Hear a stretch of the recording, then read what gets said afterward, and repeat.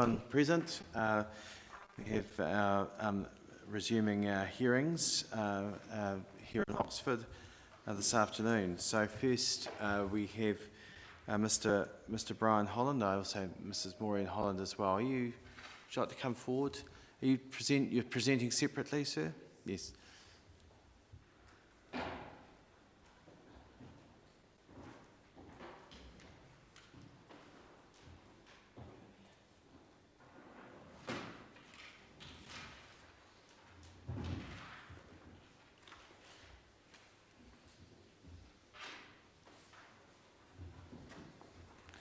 Yes, so we might just help turn the microphone off and stuff.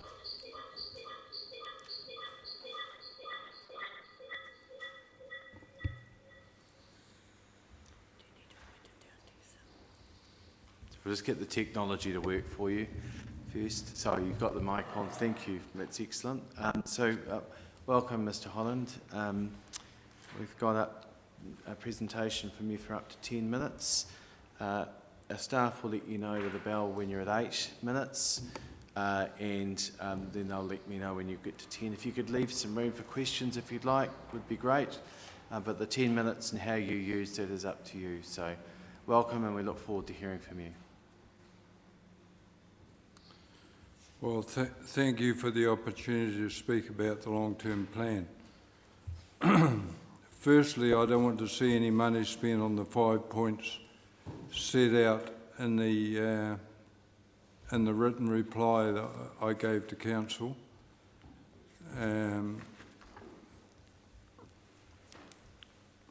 Unless it's absolutely necessary and unless it is a core activity of the Council which needs attention. My biggest bone of contention is nowhere in the long-term plan is there a plan to cover the burgeoning debt which is created by council loans. The council must keep to its core responsibilities. It must reduce spending on property purchases and look to sell a large amount of real estate to reduce debt. Council debt is like a runaway train going downhill without brakes. Climate change. A lot of revenue is being spent on this unnecessarily. We see lots of misinformation on this subject which has been propagated by alarmists. When you look at this objectively, you will see the variations in climate are within the range of normal.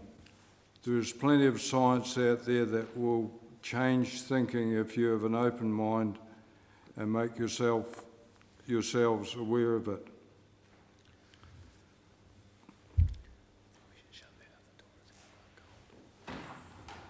Population growth, according to the long-term plan, is based on a high growth scenario. I read somewhere recently that the world's population is decreasing for the first time since the Black Plague, or the Black Death. An excess mortality rate has increased in the last 3 years. All-cause mortality is up by 20%, which it appears in the long-term plan that the population predictions are not quite right there. Another matter I'd like to mention is the charging of official information requests. If the Council was totally transparent, there would not be a need for them.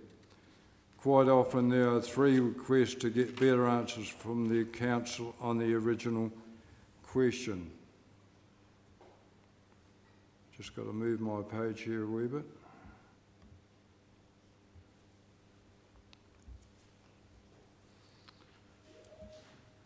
In the long-term plan, there is a plan to obtain millions of dollars for future staff increases. I do not see a need for the spending or raising loans for this. In fact, it would show efficiency if staff numbers were reduced. The Council's debt is the elephant in the room, and that is the single most important issue before capital works, and the emphasis should be on the people and how to fix them. Councils all over New Zealand are facing similar debt issues. some being near bankruptcy.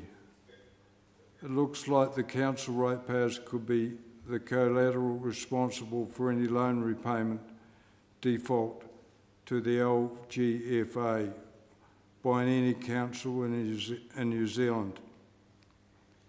Council runs as a business, and if anyone ran a business like the council, we would be bankrupt forthwith. Wouldn't it be great if we could turn this around and run on credit instead of debt?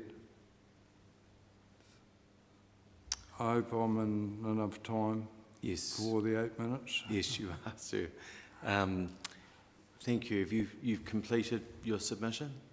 I've completed my submission, yes, thank you. Are you happy for some questions now? Yeah?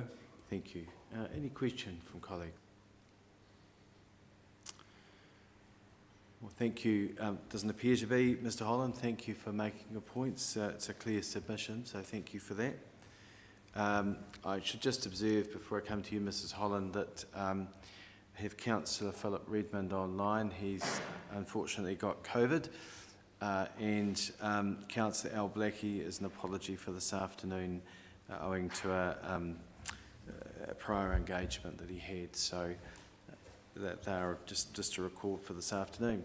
So we now come to you, Mrs. Holland. Perhaps if you wouldn't mind just switching your microphone off there, otherwise we'll get interference. Thank you. You heard my summary at the start, so up to 10 minutes, and 8 minutes there'd just be a bell to let you know that there's 2 minutes left. Thank you, and we will look forward to hearing from you. Cool, I'm glad. I want to talk about the lack of any long-term debt repayment plan that gets the books back into the black. To date, the council's debt is $180 million. By June 24, according to page 117 in the long-term plan, it is expected to be $263 million. The council has a culture of borrowing rather than living within its income, as indicated with these figures. The ratepayer is presented each year with the idea that a rate rise is inevitable, and be thankful that we are one of the lowest increases in New Zealand. This buy now, pay later culture is placing a huge burden on ratepayers who have themselves not had any significant wage salary increases, but are forced to cover exorbitant increases in all living expenses. The cost of borrowing becomes more and more expensive as inflation increases the interest rates. Therefore, the percentage of rates intake is slowly being swallowed up by interest repayments. This borrowing has got to stop. As new subdivisions are developed, the full cost should be covered fully by the developers. The responsibility of core services are the councils, and the rates intake should be to cover these. At present, I feel this is not happening. A lot of our rural roads have been in a shocking state. Locals in our area have taken to filling our own potholes and remedying washouts at fords. Drains and ditches that used to be cleared at least yearly have fallen by the way in areas, and this contributes to surface flooding.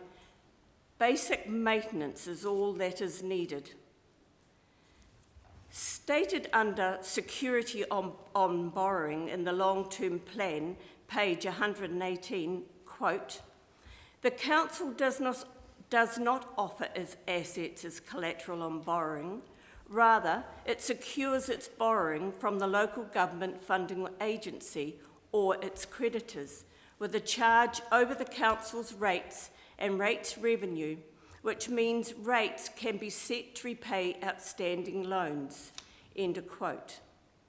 Is there any upper level that rates can be set at? Yeah, any? Through the local government funding authority, we are in perpetual debt bondage and linked to the rest of New Zealand councils through the guarantor in favour of the local government funding authority. It's interesting to note that there is no Crown liability, even though they.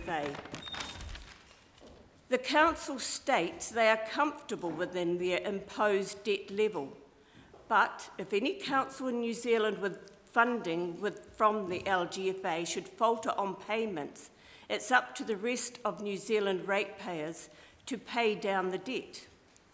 What does that do to rate rises?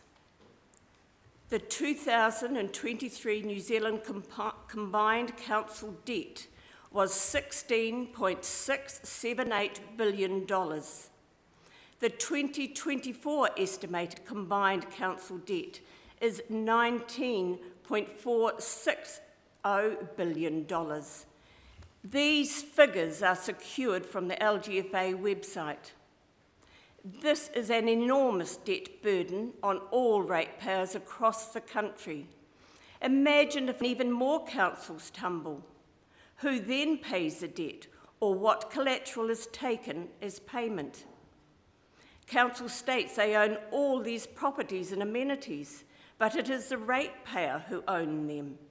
This borrowing jeopardises all our properties. It has got to stop now. Included in this long-term plan are proposed charges for official information requests. This proposal must be removed in its entirety. It is everybody's right to know what decisions and business the council is carrying on. After all, it is our money that funds the business. Too much business is carried on behind closed doors, with public excluded, which leads to distrust of where council's interests lie. The council is a company, and by definition is in the business of trade and commerce. As I see it, this long-term plan is a profit contract, and I do not accept it in its entirety. The council needs to redo the long-term plan, showing how they are effectively reducing their debt with the aim of zero debt, thereby getting out from under the LGFA's tendrils. With 46% of ratepayers earning less than $30,000 per annum in this district, there are a lot of people really struggling with day-to-day living costs, and with a council who claims to care and be responsible, the long-term plan should reflect this. Thank you. Thank you, Mrs. Holland.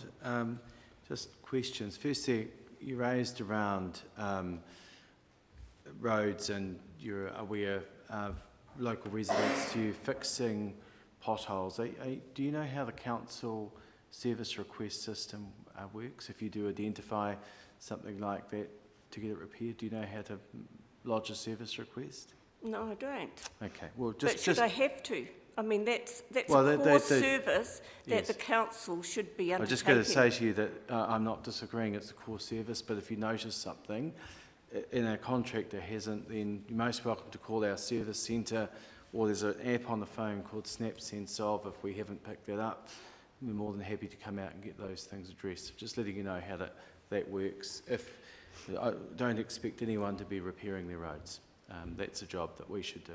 I agree, but it's not being done. That's what I'm saying. Just explain to you how it works if you do identify that. Thank you. Questions? Councillor Williams? Yeah. Thank you for... No, not you, Councillor Redmond. It's Councillor Williams. Thank you.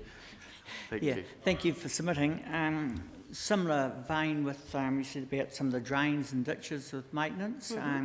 There is an app on SnapSolve C you can send to the council. I don't have an app. No, that's fine. The alternative way is to either contact myself or ring up the council at the desk, and they should lodge a request for you. I think what we'll do is we'll send you some information about how to do that. What my gripe is here is these are things that should be in a plan, a yearly plan, that the council goes round and clears these drains. They used to do it. When we had county councils, these drains used to be cleared on an annual basis. They are not being done. And these are I see these as core services that the council should be undertaking. They should be on the books before all this other stuff is happening. You know, you go on about climate change and flooding and things like this. These are things that, simple things that mitigate the flooding. I think everybody agrees with you there, but just saying, if I don't Yeah, know so if it's a we're not, drain, we won't get into a debate. please contact me. Thank you. Councillor you. Redmond? Thank you. Sorry I'm not there in person. I'm hiding up on the internet somewhere. Thank you for your submission, Maureen. You've referred to roads and drainage. Have you noticed any improvement in the last 12 months in both those areas? I wouldn't say I have, no. We seem to be a cone city or a cone town at present. We've got lots of, I don't know what is going on, but we actually filled our own potholes, so they have been maintained. Not entirely, no, that would be my answer. Right, thank you. Secondly, I think you, from what you've said, be opposed for borrowing to pay for the groceries, if I can use that analogy. But what would be your view on borrowing for long-term infrastructure with the loan repaid over the term of the life of the asset? So what are you meaning by that, sorry? I feel that the our rates intake should be enough to cover all our expenses. Well, for example, if the council was looking at a $20 million drainage project, would you be opposed to loan funding that project? Yes, I would. Because you should have been able to balance your books to accommodate that. So how would that project be paid for? By your rates that you are collecting. I feel that this council is out of control with the amount of employees that we have on the books, the amount of money that goes out in wages, and in the long-term plan you are, I think it's another 7 million you're wanting to use for extra, I presume, employees. Now look, there's just about half of the 20 million to pay for that, whatever infrastructure you were talking about. My last question is, you mentioned hardship for people paying rates. Are you familiar with the rebate scheme? I am.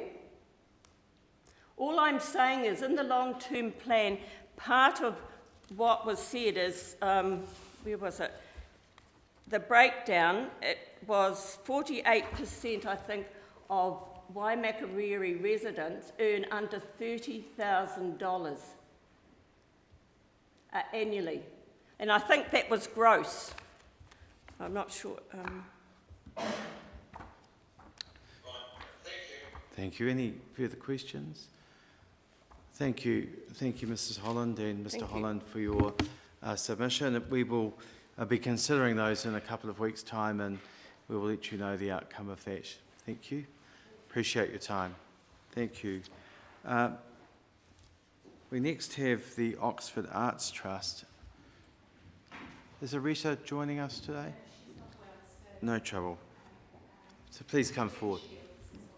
Jen, thank you. So thank you. We've got up to 10 minutes for your presentation, and you get a bell at 8 minutes, just to give you an indication that you're getting close to 10. How you use that 10 minutes is up to you, but if you could leave some room for questions, that would be appreciated. Thank Perfect. you. Wonderful. Thank you so much for giving us the opportunity to chat today. My name's Jen. I'm a trustee of the Oxford Arts Trust. Here today. First of all, we want to thank the Waimakariri District Council for their support to date. We've been able to achieve some incredible things in the last couple of years that wouldn't have been possible without the District Council's support. So I wanted to share some highlights from our latest annual report and from our written submission. So this year we have been able to double the number of workshops and events on offer, which has been really fantastic.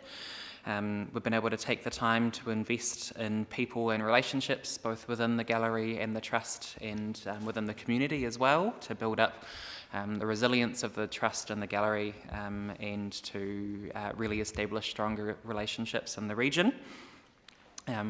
In 2023, our annual visitor numbers increased to just under 5,000 over the year, and we have exhibited and worked with over 150 creatives alongside another 50 plus who are selling through the gallery shop.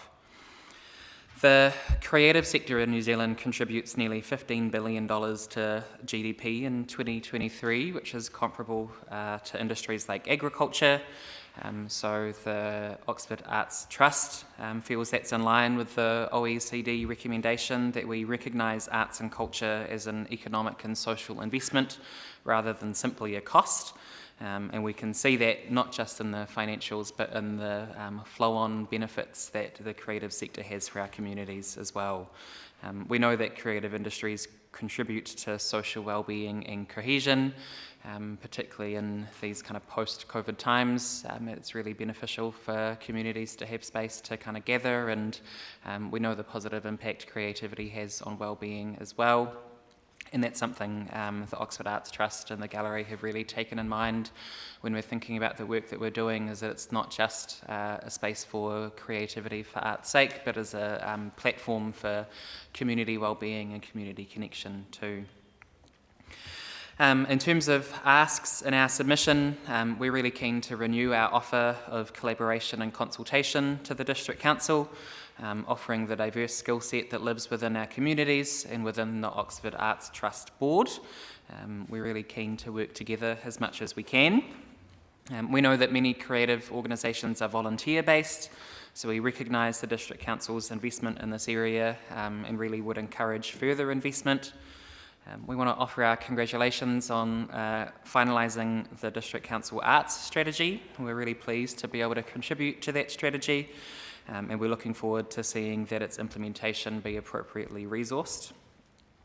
So we're asking for the long-term plan and annual plans to incorporate adequate budgets for delivery of the arts strategy objectives and outcomes, both in terms of staffing and project budgets, and continued investment of community initiatives towards a flourishing cultural economy.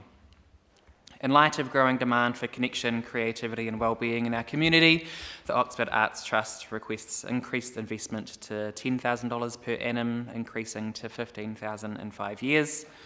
This would enable long-term cultural investment in our cultural facility located here in Oxford Village, which has been here for 14 years now, outside of the larger town centres. It would ensure that our utility expenses are compensated, which means we can focus on delivering our services. I'm sure many of us who have worked in non-profit sectors know how much time is spent on covering those core expenses, which takes away from the time, delivering the services we're really trying to deliver for our communities. This request for investment would also ensure that both our paid and unpaid workers are appropriately supported to provide stable operational and project assistance, that community engagement projects are conceived and implemented to benefit the whole community, that the arts strategies and council's community outcomes are delivered effectively, and that delivery can extend further into the region, and that Oxford Arts Trust are in a stronger position to actively seek and attract diverse income streams and project funding, which I feel like we've been doing really good at in the last year, is diversifying the ways we keep ourselves up and running. And it just ensures that the gallery team can plan and grow our service offering beyond just hustling to pay the bills every month as well. Everything now written submission, but I thought I'd share some highlights and then leave lots of time for questions if you have any. Thank you. Thanks, Jen.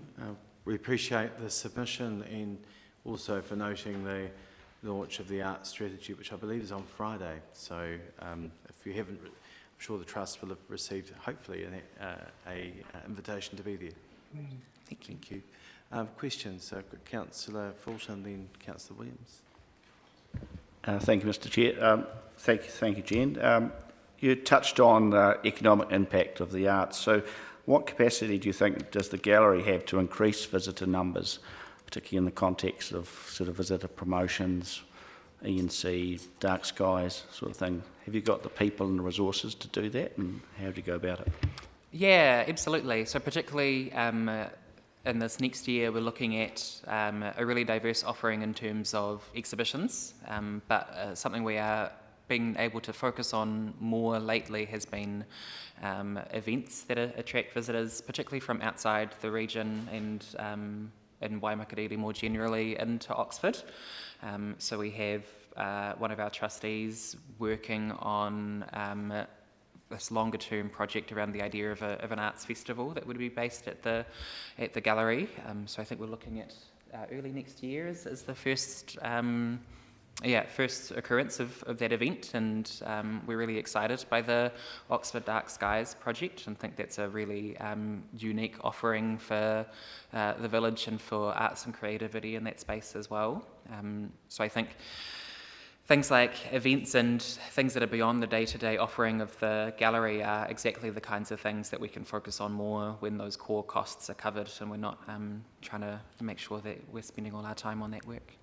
Thank you. I'll come back to you if there's time. So Councillor Williams. Yeah, thank you for this presentation.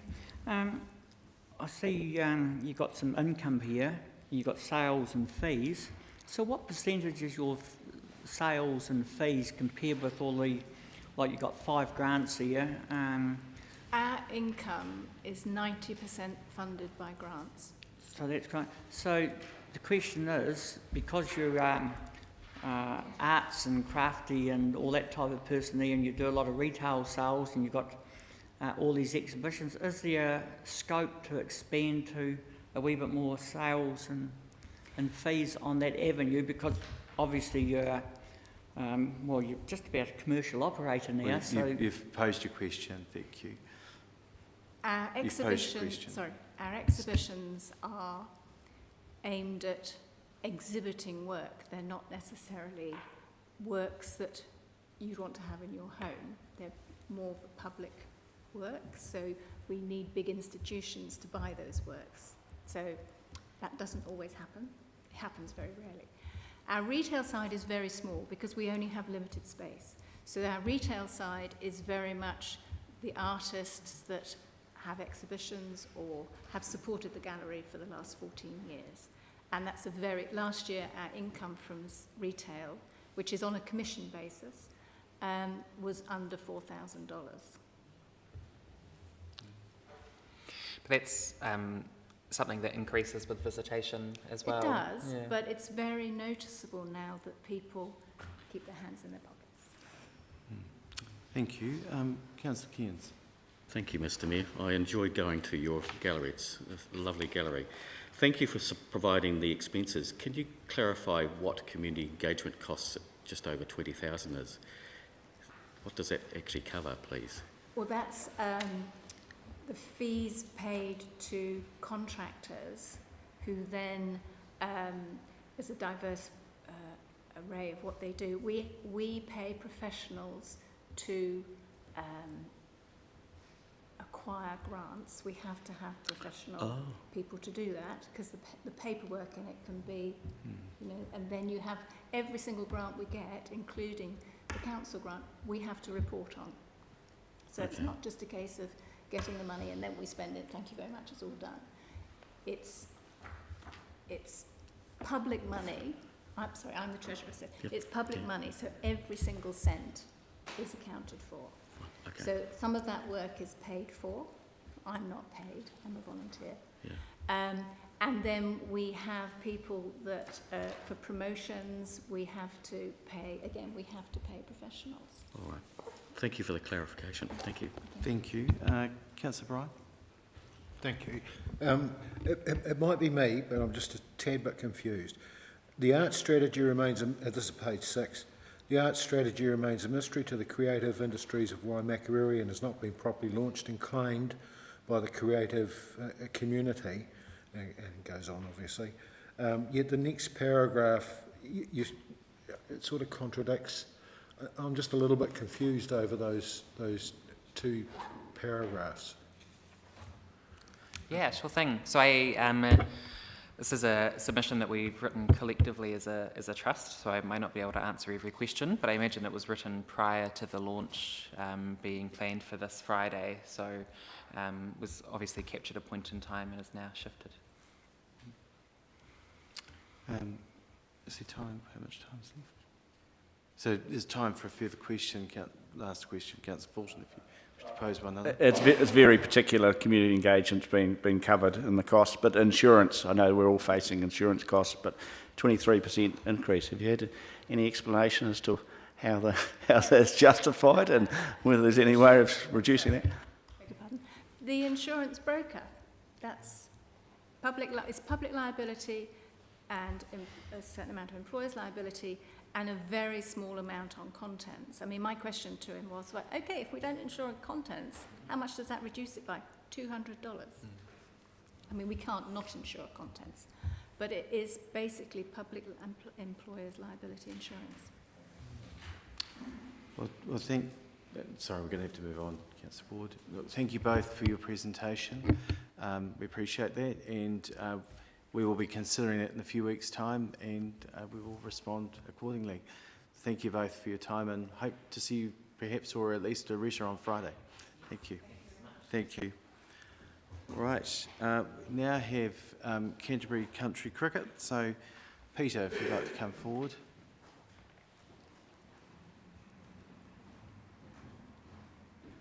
Thank you, Peter.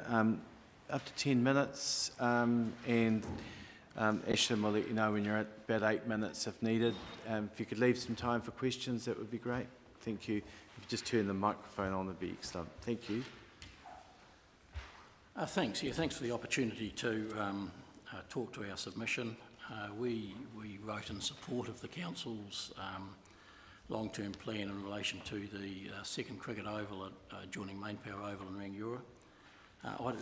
Most of the things I want to say, I just really want to expand on what I've said in the submission, so I'm certainly not going to take too much time.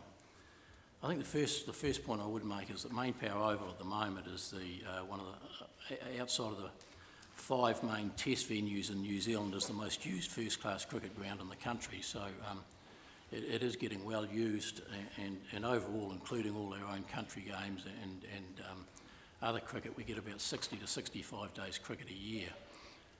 The new ground would give us the opportunity to reduce that to around the 45 days mark, while increasing overall the amount of cricket we played in the area.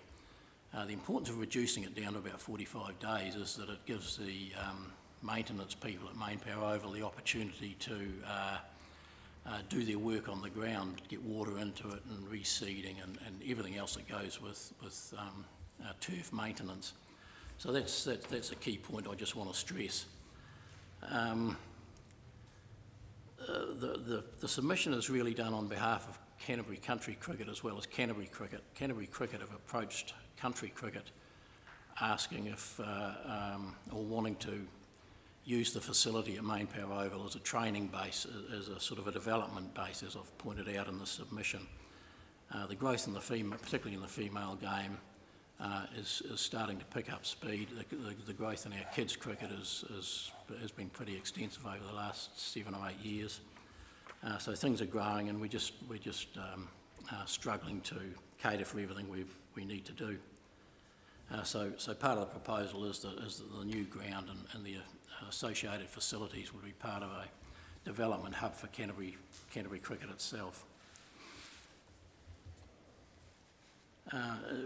In terms of community benefits, I just pointed out in there that overall cricket brings about 800 nights accommodation into the Rangiora township, and that obviously has flow-on effects to retail and to cafes and what have you. What we're proposing is the new ground. The council's allocated a budget, or hopefully is going to allocate a budget to that. We're prepared to add to that through fundraising and whatever else we do, a bit of money from Canterbury Cricket. We anticipate the new facility is going to be in the range of $800,000 to $1 million, so there would be a significant contribution from cricket.